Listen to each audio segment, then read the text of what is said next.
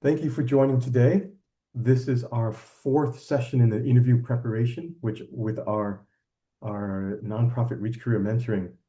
These are the goals of our workshop series. As you can see here, we want you to be able to network, prepare yourself, learn to interview well, and advocate for yourself. I am Wale MD. I happen to be an oncologist, and I also happen to have T12 paraplegia. My wife and I here, Hi, I'm Jennifer Yang. we founded Reach Career Mentoring so that we can help mentor our disabled population towards a career pathway, whatever that may look like. And so as you see here, there's a QR code, and we're on LinkedIn, Instagram. Our website is available as well, Reach Career Mentoring. If you wish to be a mentee, please scan the code, or if you wish to be a mentor, or if you need help with anything that's career related, whether it's working on your CV or interview skills, we are here for that. So without further ado, I want to introduce you to the amazing Jill Day. She is Area Director of HR of US Foods. And take it away, please. Thank you, Wa and Jennifer. It's always so much fun to be part of this experience and love being a part of this series that we're doing for Interviewing to Win. And this is session 4 out of the 4 in the segment series for interviewing. And just as a reminder, on our first session, we talked about preparing and researching the company, understanding who they are and how you might fit within that organization, understanding their products and services and how your experience might benefit them. And then segment 2, we talked about introducing yourself in 20 words or less and how to run through your resume and just being prepared for those off-the-cuff conversations so that you look like you can talk about your experience fluently and easily, making the interviewing team more comfortable. And last week we tackled behavior-based interviews and the STAR method, giving you some tips and tricks as to how to be the winning edge of that interview and making sure you set yourself apart through your preparation and through your planned questions that you have that you might be asked in that interview segment. So this week, we're going to talk about the logistics of the interview. Once it's been scheduled, we'll talk a little bit about the post-interview, and we'll talk a lot about how you deal with the compensation conversation. And then we'll go into Q&A. So without further ado, let's jump right in and talk about the logistics of the interview. So as you are probably very familiar, you might have a phone interview, you might have a virtual interview, or an in-person interview. Regardless, you might need an accommodation, especially if you're a person with varying abilities. This is the opportunity to start disclosing, if you've not already done so, what some of your accommodations might be, especially based on which level of interview you are at. Really important that if you need an accommodation for a phone interview, that you disclose that upfront early on. Here's what you want to keep in mind. You talk about what your functional limitations might be and what you need, but you do not owe anybody an explanation as to your diagnosis or anything else. You keep your HIPAA private and you share with the recruiter based on my personal needs. I need XYZ. And of course, that would be unique to your personal ability.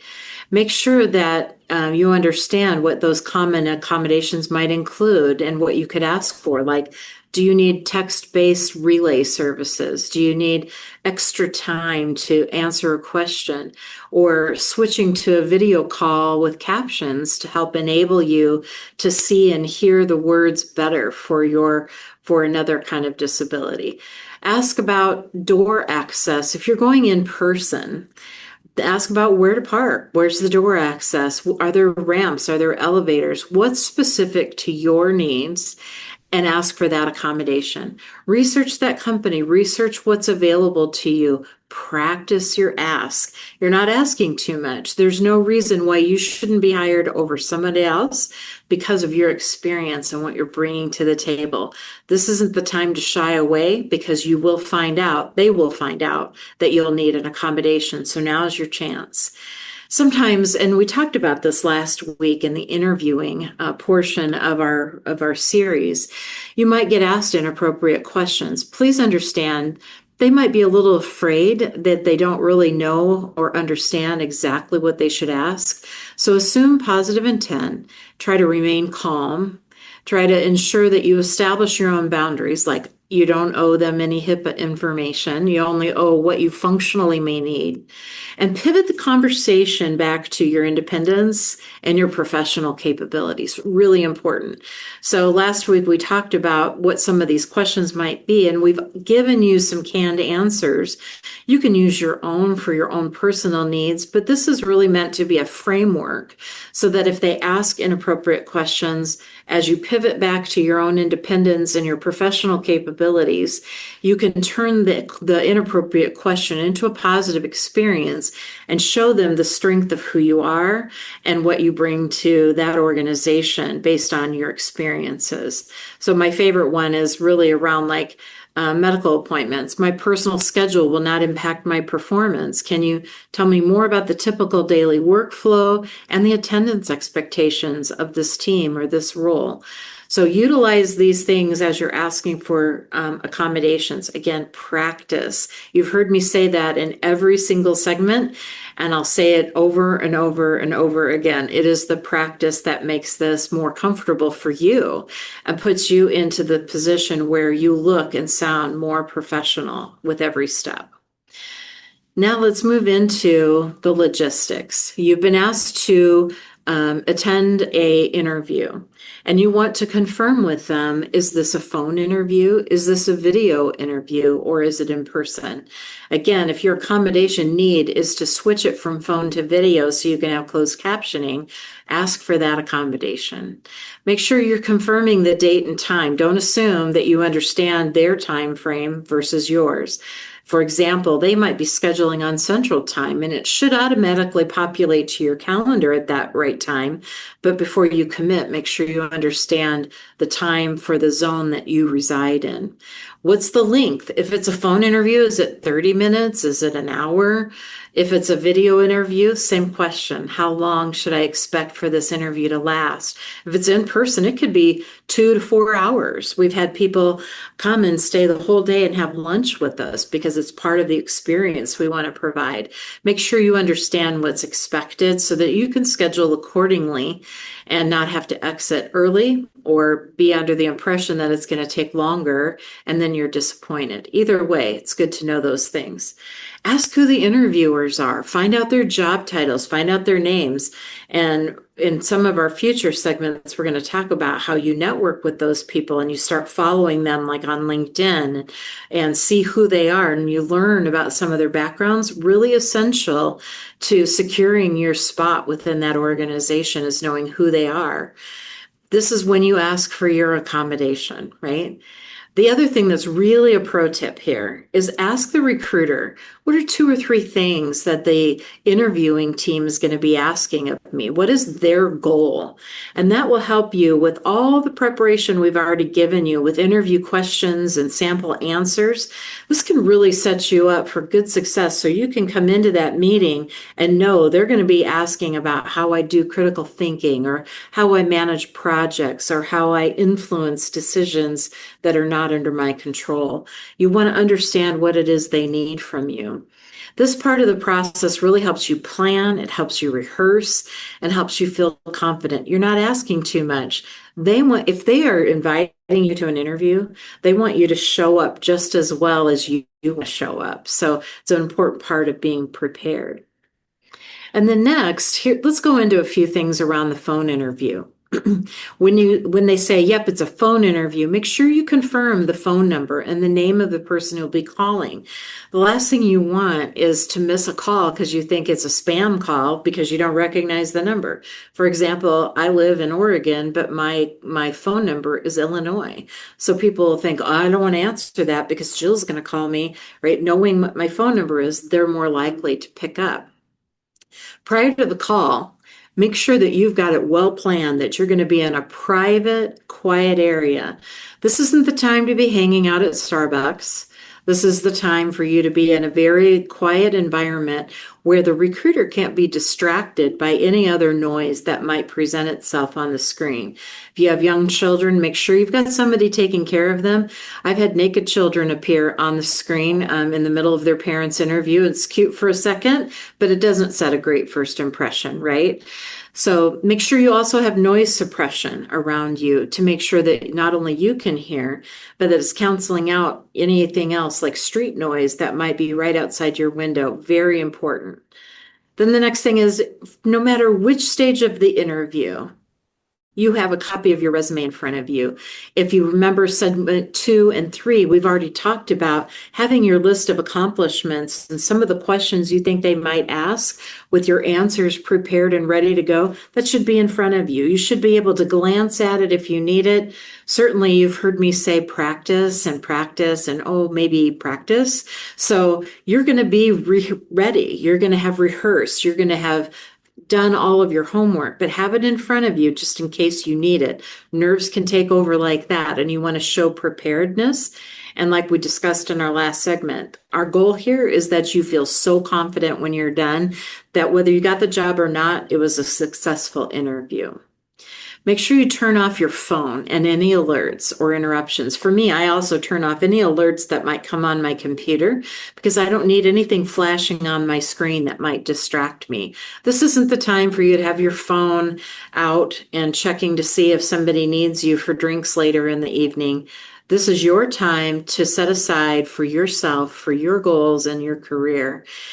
And then make sure that you are showing up as though you are in front of them, even if they can't see your face. Smile. Make sure your posture is strong. Respond as though you're in person. Act like they can see the enthusiasm on your face. Make sure you're making eye contact with yourself, even in a mirror, just so that you are responding with vibrancy and energy throughout that interview. Now, what about a virtual interview? That's going to be video. Really important things here, right? You need to check your lighting. You need to check and make sure your background is appropriate. Make sure you're checking your camera and your sound.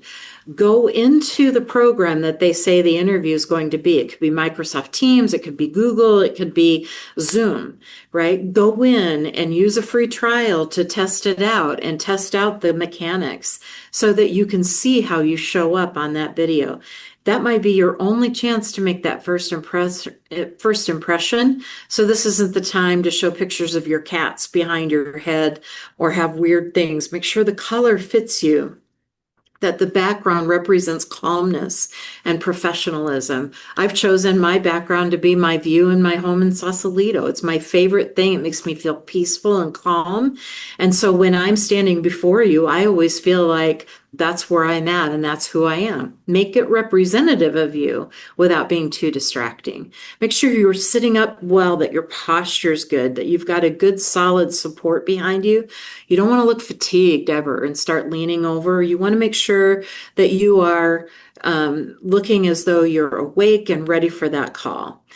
Practice how you look in that camera. Spend some time with a friend, have them critique you.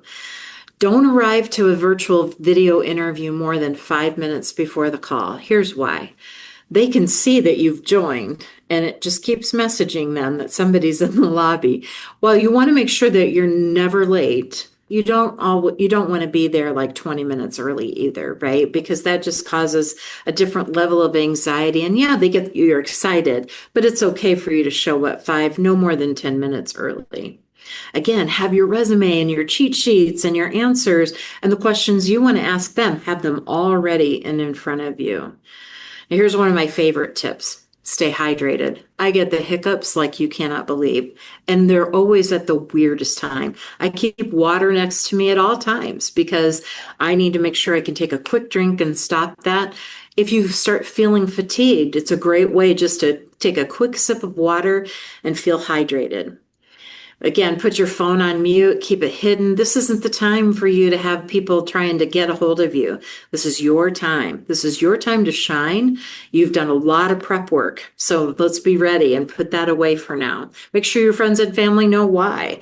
So they're not trying to hunt you down for that half hour or hour you might be on the phone. And then dress professionally. Be comfortable. Nobody's asking you to, wear something that would make you feel all tense, right? But make sure that you know what you look like in the screen and that you're set up and you look great. We interviewed a guy not too long ago. He was in his car. He had a dirty t-shirt on. It was full of icky food. His hair was all a mess. And he was on his phone, and his phone was sitting on his knees. So we could see up his nose, but we couldn't see his face. Like, he was so not prepared for this senior level interview. I'm like, why did you bother scheduling this time? You clearly aren't as interested in us as we are in you. That's the message that it sent. And he might have been a great person, but we couldn't get beyond that impression. So make sure that you remove anything that's distracting. Make sure you look like you're ready for them and appear to be in the same room with them. Make eye contact. Even one trick I have is I look at the left side of people's faces. I'm not looking at the camera right now. I'm actually looking at the left side of the face of the person in front of me, so they feel like I am focused on them and I'm trying to communicate a very serious point. So that's just a trick that neurosurgeons have come up with, saying, hey, this makes people think that you're more interested in them and provides them a feeling that you are connecting with them. So that's the pro tip. From there, when you go to in-person interviews, I can't stress this enough. Talk about preparedness. You are so tired of hearing me say practice, practice, practice, I'm sure. But this step can't be missed. You must go a day or two early. Make sure you know the time of day that you need to travel there. Understand the traffic patterns. This isn't the time for you to say, well, I didn't expect traffic to be so heavy. That just shows that you don't care enough about the opportunity. Remember, it's you against 100 other candidates, but you've been chosen to come in and interview, so make it the very best you can. Go early, find out where to park. This is also important for accommodations. Where should you park? Where's the nearest entrance to the room you need to go to? Do you need assistance? Do you need assistance to navigate the building, either by wheelchair or by white cane? What else do you need? Make sure that this is part of your discussion when you're talking about the in-person interviews and your need for accommodation. Being late is never an option. Not at all. I'd rather you be there a half an hour early, sitting in your car, and then getting into the building about 10 minutes before. 10 minutes before is a great time. It gives the hiring manager or the interview team plenty of time to close out their meetings, get their water, and make their way to the lobby to meet you, or to the conference room where they're meeting you. Again, just make sure you've planned out that time. My daughter does that religiously, and she's very anxious, and she's neurodivergent. So that's something very important to her, that she has calmness for herself so she can present herself the very best way. Let's talk about dress. I'm not looking for three-piece suits here and a tie, right? Those days are a little bit over. That said, just because somebody says, hey, we're super cash around here, do whatever you want, does not mean shorts and a workout shirt from your workout that you just finished right before your interview. Take time and dress for the job that you want, whether it's this job or the next level up after you get into that company. Make sure that your brand is in place with how you present yourself physically, visually, with the outfit that you choose, the colors that you have. All of that is so important. Make sure that that first impression really happens. Bring copies of your resume. They may not need them. The recruiter typically will have given them all a digital copy, but just in case, you can always do that. And bring with you your notes of your achievements and all the questions that you've practiced. It's really important that you show up as looking prepared. Walking into a room without anything in your hands just tells them, Well, they're probably not going to interview me because they have no way of taking notes to even answer their questions about us, let alone being prepared for the questions we have for them as interviewers. So come in, show that you're prepared. You may never have to open that nice folder that you've brought with all of that stuff in there. May not ever need it, but you show up with something in your hand, prepared to take notes. Remember, if you're interviewing them and asking them questions, make sure you're writing down what they say. They want to know that what they communicated to you is being understood and taken into account, and showing up that the answer, the value of their answers to your questions is equally as important as your questions that you're answering for them. So now the interview's over. It's thank you note time. And I get this eye roll from people all the time. Are you sure I need a thank you note? It's a dying breed, right? So setting yourself apart is a great way to continue this old-fashioned tradition of just saying, hey, thanks. Email is totally acceptable. And if you don't know the email addresses of everybody, send it to the recruiter. You can get naming conventions by the recruiter's name, by the way. So if you're talking to John Brown and his email to you is john.brown, and you know that you're going to be talking to Jill Day, it's jill.day@usfoods.com, right? That's pretty simple. Don't try to overthink it. You can send it to the recruiter. Handwritten notes are awesome. Imagine a hiring manager has talked to 5 people and they're really impressed with you. And not only are they impressed with you, in 24 hours, you've written a handwritten note that's really beautifully done. It's very well articulated. And you took time not only to write that note, but to put an address on it, go to a post office with a stamp and mail it. They know that you really took extra effort to do that. You do what's comfortable for you, but it should be done within 24 hours of that interview. Remind them of some of the things you talked about in your introductory segment where you talked about who you are and what you can do for them. Remind them of that.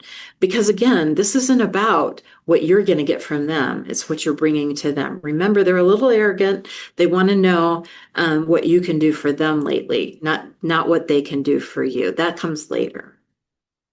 Pull in a few things that you learned in the interview. Maybe they shared a project or something like that. Here's a great example of just what a thank you email might look like. It's pretty simple. Here's what I did. I gave the job description, some things I learned in the interview, a little bit about what I was excited about, and I asked ChatGPT to develop an email template for me. Now, the key is I put it in my own words, in my own voice, and I changed some things that came out pretty wonky. Make sure it's still yours, but you can save yourself a little bit of time and make it flow really nicely. Let it polish it a little bit for you. But that's what I did here. So this isn't a great example for you to just kind of take that and use it for your own needs. Now, let's talk about being rejected.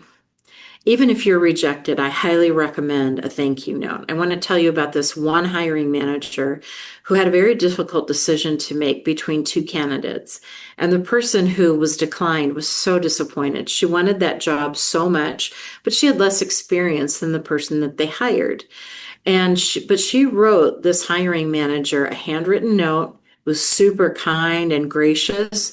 And it said a little bit about what I've given you here as an example, right? It said, while I'm disappointed, I truly appreciated the chance to interview with you. And I wish you and the candidate the best success. And if there's ever an opportunity in the future, I'd love to be selected. That hiring manager called me. I was the recruiter for that job.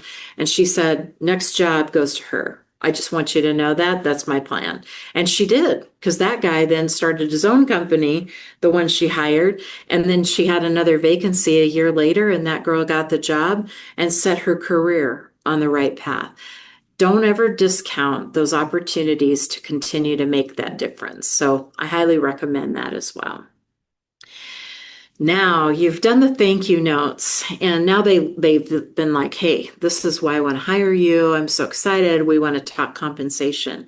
Before you even apply to the job, you need to be looking at that job posting. Does it have the compensation listed? If not, you need to start doing your homework. You need to start researching it. And I'm going to give you a couple of reasons why on the next screen. But before we get there, just want you to know you need to start understanding what that job gets paid typically in your market. And we're going to give you some tips and tricks on how to do that. Understand that no matter what research you do, it may never be 100% aligned with that particular company, because your company that you're applying for has a different size of people, or might be publicly traded, might be privately held. There could be all kinds of reasons, but just make sure you're educating yourself on what you think the market value is for that job. More importantly, take into consideration the total compensation. One of my favorite stories is a guy that was looking to come to our company because he had a 3-hour one-way commute every single day. And he was never at his kids' baseball games or things like that that were really important to him. And he didn't get the chance to work from home. And we couldn't do a lot compensation wise. He was already very well compensated, and he was at a very huge company in comparison to our small little company that we worked at. But he was very interested in the work that he could do with us and the creativity that he could utilize. And what we talked about was, I can't put money on a better commute and work-life balance and a 2-day hybrid opportunity. And so we really just kind of like hired him at the same rate of pay, but he got a pay increase because he didn't have this 3-hour commute. He had a half-an-hour commute, and he could work from home 2 days a week. And so you got to understand what's important to you. What is it that you want in this role? And what's important to you as you think about compensation? And then listen to that company about their benefits, their retirement. What else is important to you? And think about that as you approach the bench for being considered for that position. This starts before you apply. And the next screen will tell you a little bit about why. So these are some research sites you can go to: IndeedSalary.com, PayScale.com, Glassdoor. You can use ChatGPT and Google, but remember, those are only as good as the information coming in and may not be accurate. So make sure you at least have 2 research options of the same job. Don't just go on title. Make sure you put in a little bit, maybe a summary about what the job is or some of the key required skills, and say, tell me what this would go for in Portland, Oregon, or in San Francisco, or in Los Angeles, wherever you live. And make sure that you give that information into any one of these websites that I've given to you, so you can get a more accurate view of what the potential compensation might be. Then as we go into the next slide, we're going to talk a little bit about do's and don'ts here. So going back to researching in advance, do this. If the application asks for compensation expectations, you must complete it. Leaving it 0, being afraid of that, first of all, shows that you haven't done the research on what's expected for that role, or you may not feel confident in the value that you're bringing and what your expectations are. Put in an amount. Otherwise, the system will automatically kick you out. So it's really important that you don't leave that blank.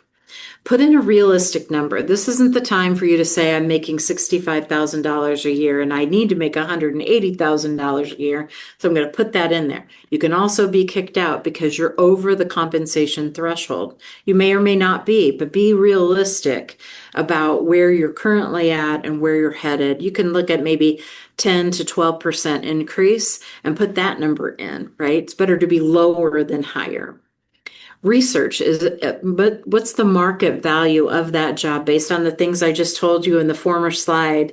Do the research before you apply so you know what to put in there. And if they're on the phone asking you what your compensation expectations are, ask them what the pay range is. Mental note here. In states like California and Oregon and Illinois and a ton of others, it's illegal for a recruiter to ask you what your current salary is. So you don't need to be vomiting that. You can talk about what you can bring to the table and what your experience is worth because you've done the research. You can say, well, for a position with this level of responsibility in your area, my expectations would be that the compensation would be, and then give them a range. It might be 80,000, it might be 180,000. You've done the research, you know what the job is that you're applying for. Don't guess. Just make sure you stop and do your research and don't accept something you can't afford. The last thing you want to do is sign an offer letter and get to work and then be asking your manager, can I have more work or can I have more money? I just don't think I'm being paid fairly. That's not the time to do that. You've accepted the offer. That's your offer for the next year. So make sure that it fits your personal needs. There's no need to sacrifice if it will not meet your financial needs. And don't tell them that you're not ready to discuss compensation. It's important that they know what to expect. We just went through a major interview process for a position, and we told the recruiter, hey, our threshold maximum is this number. And it was like 120,000 maximum for a year. We got all the way to the offer stage with a candidate believing that we had the candidate that was right for us. And she said, well, my salary expectations are 165. So we had to reject her. Don't put yourself in that situation. Don't fall in love with the company and the job. If it doesn't fit your financial expectations, it's okay to keep moving and keep looking. You need to do what's right for you, but don't assume a company can come up to your level of need because they have their own set bands of compensation. It's really important you understand that. And also remember, it's not all about salary. Just like in the story I told you about Seth, about him and his commute. Remember, we recruited him at the same dollar amount because he was significantly higher than some of the other people we had in that role, but still within our compensation band. But he was getting something in return. He was getting a better commute. He was able to work from home twice a week, and that was more important to him than money. So consider what else you need. What do you need by way of benefits? Do you need benefits day one? Do you want to pay a substantial amount for benefits, or do you need to have a lesser copay? What do you need? That's part of the compensation, no matter how you deal, no matter how you dice it, is part of the compensation. Vacation, retirement funds, remote work, all of those are things you can't put monetary value to, but could be super important to you. So handling that salary question is really important, right? The interview process is a great opportunity for you to share your salary expectations and try to start talking through what you need and what you can expect. And when you're asked about them, remember my tip, they can't ask you what you're currently making. Emphasize your relevant experience and skills. Make sure that you have done your research and add that your primary goal is to find the right company for you to take that experience and make a difference within that organization. And you can suggest, hey, I'm open to conversation. My salary might be a little higher than what you're looking for, but I'd like to hear about what the whole compensation package is. And there might be something in there that's winning you to a point where you're like, absolutely, I can give $5,000 of what I wanted on salary because I'm going to get this in return.